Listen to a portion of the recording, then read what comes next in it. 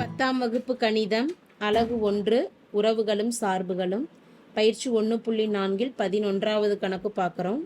புவியீர்ப்பு விசையின் காரணமாக t வினாடிகளில் ஒரு பொருள் கடக்கும் தூரமானது s of t = 1/2 gt² + at + b என கொடுக்கப்பட்டுள்ளது. இங்கு a, b ஆகியவை மாறிலிகள். g ஆனது புவியீர்ப்பு விசையின் காரணமாக ஏற்படும் முடுக்கம். s of t ஆனது ஒன்றுக்கு ஒன்றான சார்பாகுமா என ஆராய்க. இப்போ ஒன்றுக்கு ஒன்றான சார்பா ஒரு சார்பு இருக்கணும் அப்படின்னா நமக்கு என்ன நிபந்தனை? ஒன்றுக்கு ஒன்றான சார்புக்கு உண்டான நிபந்தனையை நாம் எடுத்து எழுதிடுறோம். அதாவது f of x1 = f of x2 எனும் பொழுது x1 = x2 என கிடைச்சதுன்னா அது ஒன்றுக்கு ஒன்றான சார்புன்னு நம்ம சொல்லிடலாம். இங்கே கொடுக்கப்பட்டுள்ள சார்பு என்ன? s of tன்னு கொடுத்துருக்குறாங்க. s of t = 1/2 gt² + at + b அப்படிங்கிறது கொடுக்கப்பட்டுள்ள சார்பு. f of xக்கு பதிலாக இங்கே s of tன்னு கொடுத்துருக்குறாங்க. அதனால் s of t1 = s of t2 which implies எனும்போது t1 = t2 அப்படின்னு கிடைச்சதுன்னா கொடுக்கப்பட்டுள்ள சார்பானது என்ன வகையான சார்பு? ஒன்றுக்கு ஒன்றான சார்பு அப்படின்னு நாம் சொல்லிடலாம்.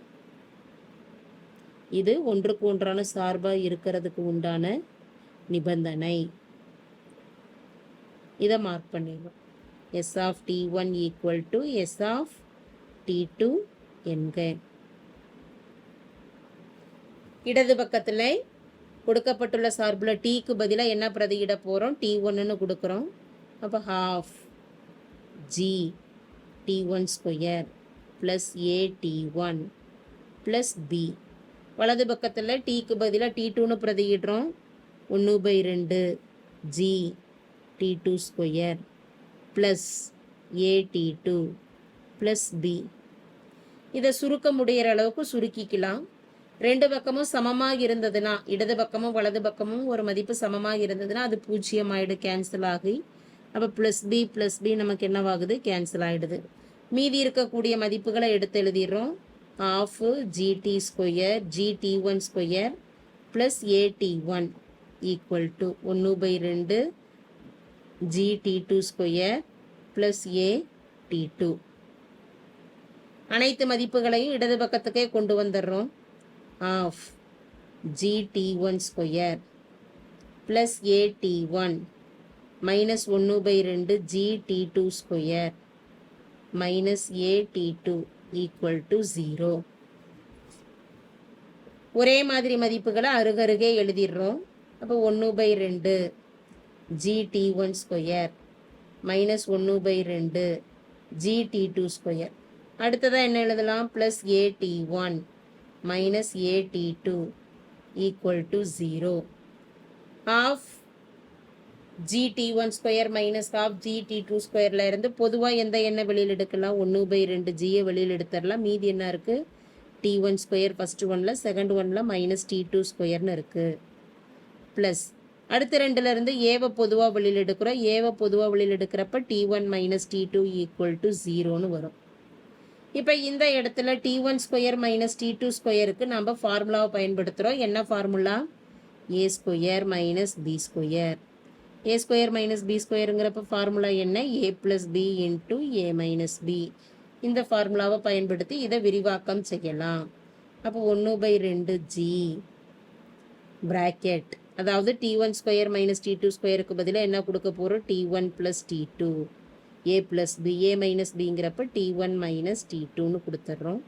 ப்ளஸ் அது இல்லாமல் என்ன இருக்குது? a × t1 - t2 = 0. இப்போ இது ஒரு எண்ணு, இது ஒரு டேர்மு, நமக்கு இது ஒரு டேர்மு, இது ஒரு டேர்மு. இந்த ரெண்டு டேர்மில் எது பொதுவாக இருக்கோ அதை வெளியில் எடுத்துடுறோம். ரெண்டுலேயும் எது பொதுவாக இருக்குது நமக்கு? t1 - t2. அதே போல் இதுலேயும் t1 - t2 அப்படிங்கிறது பொதுவாக இருக்குது. அதை காமனாக எடுத்துடுறோம். t1 - t2வை வெளியில் எடுத்துடுறோம். மீதி இருக்கக்கூடியதை ப்ராக்கெட்டில் எழுதுகிறோம். ½ g t1 + t2 அப்படிங்கிறது முதல் உறுப்பில் பொதுவாக இருக்குது. t1 - t2வை வெளியில் எடுக்க போக இதில் மீதி என்ன இருக்குது? a equal to 0. இப்போ இந்த இடத்துல இந்த half into g1 half into g into t1 plus t2 plus a அதுவும் t1 மைனஸ் t2வும் பெருக்கல்ல இருக்குது. அப்போ பெருக்கல்ல இருக்கக்கூடிய இந்த எண்ணானது நமக்கு கீழே வரப்போ என்னவாயிடும், வகுத்தல்ல வந்துடும். அப்படிங்கிறப்ப t1 மைனஸ் t2 மட்டும் நம்ம இடது பக்கம் எழுதிடலாம். t1 minus t2 0 divided by 1/2 g t1 plus t2 plus a. இதை கீழே கொண்டு வந்துடுறோம். பெருக்கல்ல இருக்கிறது வலது பக்கம் வரப்போ வகுத்தல்ல நமக்கு மாறும்.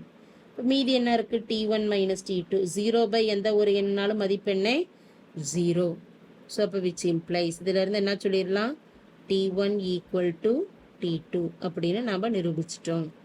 இப்போ s of t1 equal to s of t2 எனும் பொழுது t1 ஈக்குவல் டு t2 எனில் கொடுக்கப்பட்டுள்ள சார்பானது என்ன வகையான சார்பு, ஒன்றுக்கு ஒன்றான சார்பு. ஆம்.